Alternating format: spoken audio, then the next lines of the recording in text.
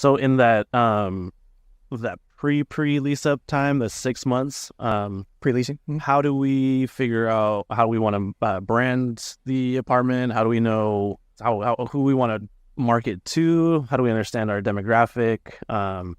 What do we do during that period of time so that we make sure that we do have a very successful lease-up period? We would get the demographics because they should have studied this, the developer and GC, because building an apartment building, especially in California, is going to be a several-year process, right? Just to get the permits and plan checks and all that's going to be a year or two, and then building it's another year or two.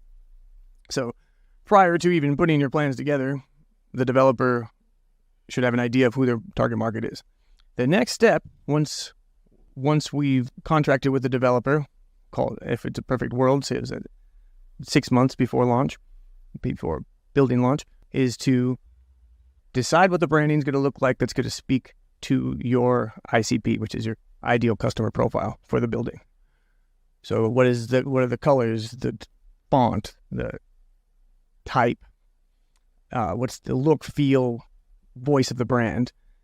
So we develop a brand guide. That includes the logo, colors, script, all the fonts, so that any marketing collateral we make, any digital collateral that we produce, websites, all the ILS feeds, the internet listing site feeds for the advertising of the building, all those are then normalized and branded. That's a lot more work than you would think just on paper. If you look, what's the lease up? Oh, how did this building become what it is now?